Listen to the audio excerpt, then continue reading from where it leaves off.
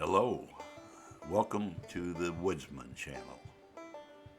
I provide information and ideas for the design, construction, and furnishings of unique and one-of-a-kind miniatures, models, and dollhouses.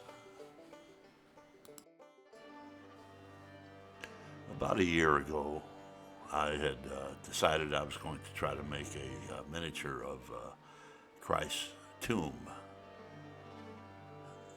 I began my research by looking online to try to find other miniatures that had been made. My research led me to multiple websites which contained a variety of miniatures of the Church of the Holy Sepulcher. Now, this church is believed to be the official resting place of Jesus and from whence he came his resurrection.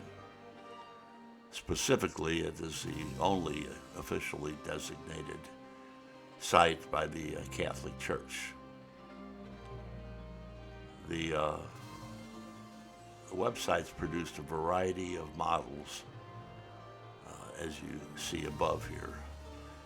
Most of them are in museums, and all of them, virtually all of them, were produced in either the 16th or the 17th century. They're fairly elaborate. They are made out of wood, carved, and include inlaid pearl settings.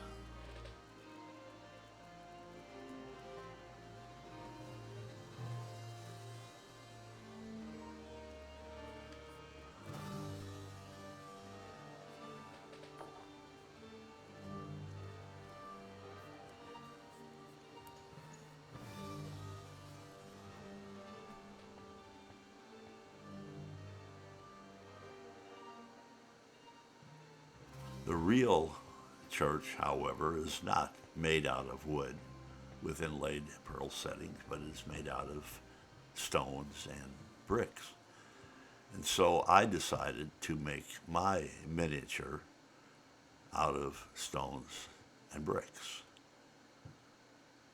I used as a model this miniature from Bradbury Collections. I thought it looked fairly authentic.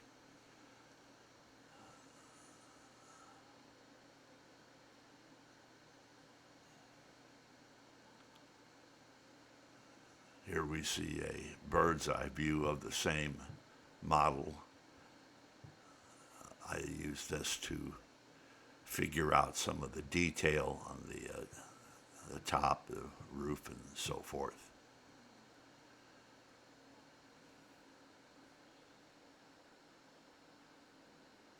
This sketch shows the location of the Church of the Holy Sepulcher in relation to the city of Jerusalem, and it also shows the location of another structure called the Garden Tomb.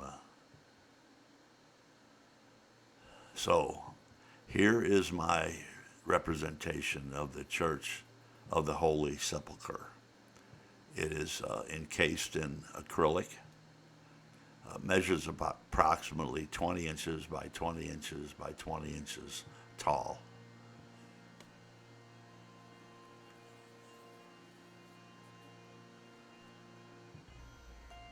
I used approximately 2,000 miniature bricks in the construction of the model.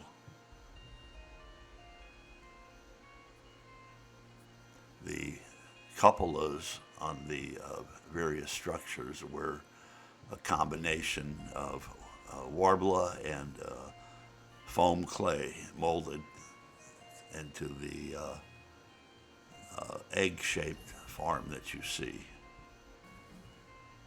After I put the bricks on, I first built a balsa wood base. I glued the bricks to them, and then I used a spackle to cover the holes, the crevices between the bricks.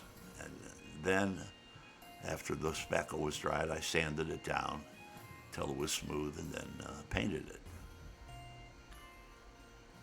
I decided to light the interior of the structure using battery-operated lights.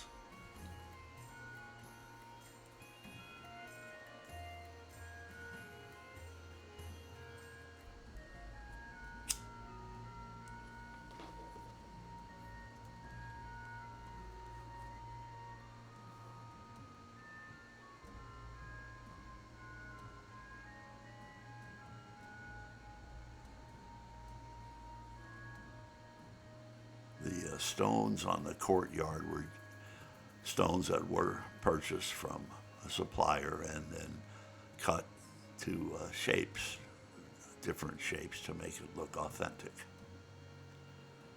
The figures are 1/72 to scale to what I believe to be the appropriate dimension for the structure.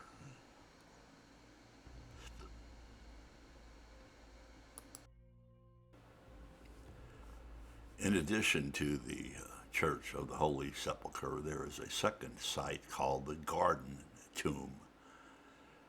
This site is revered by a minority, a growing minority of Christians who believe that it is the true burial site and resurrection site of Jesus. It is primitive. It's not elaborate like the Church of the Holy Sepulcher. It is rough-hewn out of stone.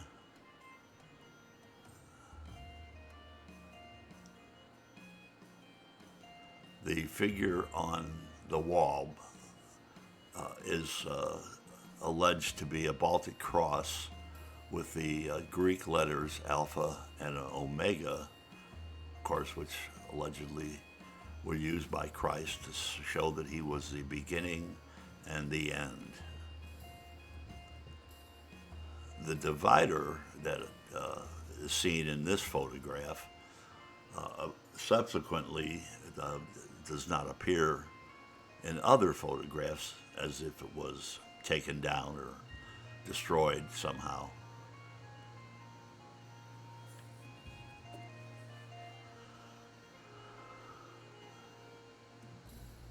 The center slab is alleged to be where the body was prepared for burial, and then the crypt is on the left-hand side of that slab.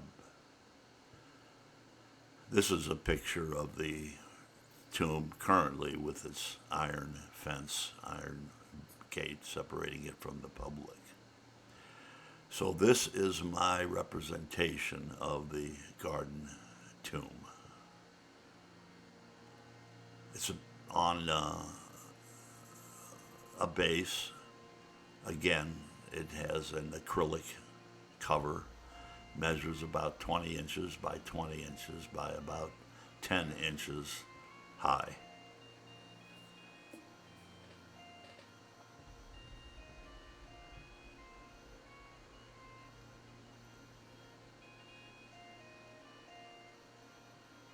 This is the interior, looking at the front wall of the tomb.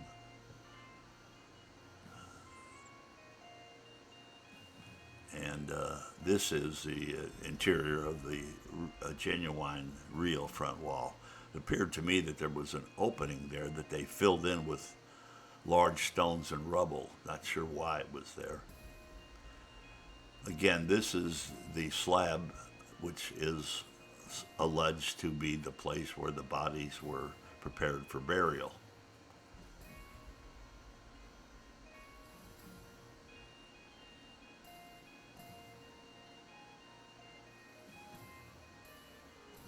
The bodies were brought in through the front door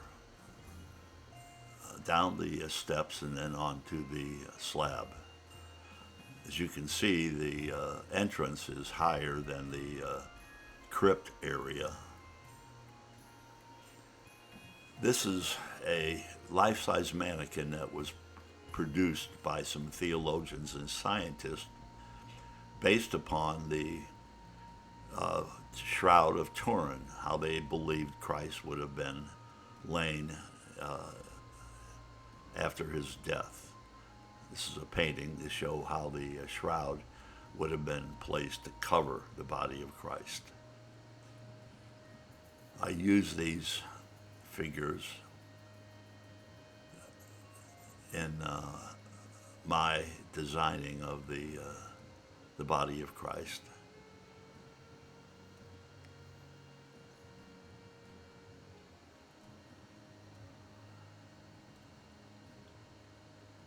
And this is my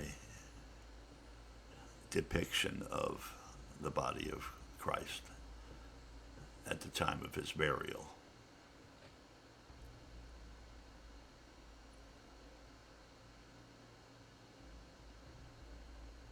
This is the body placed in the crypt.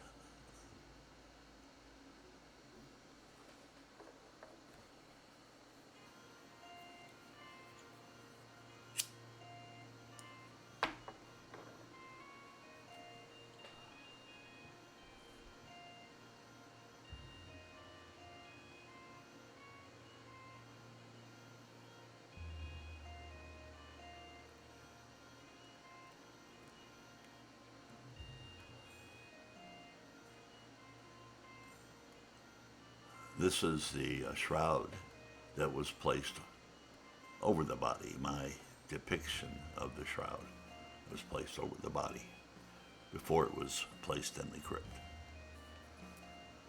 And this is my interpretation of how the body would have been placed in the burial crypt.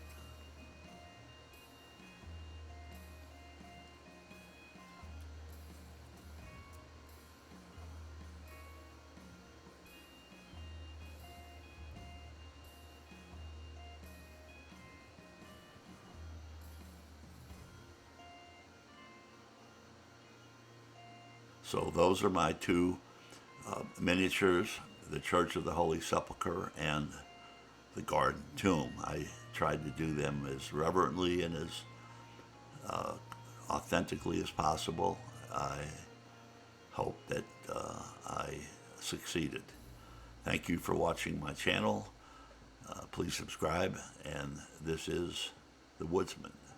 Goodbye.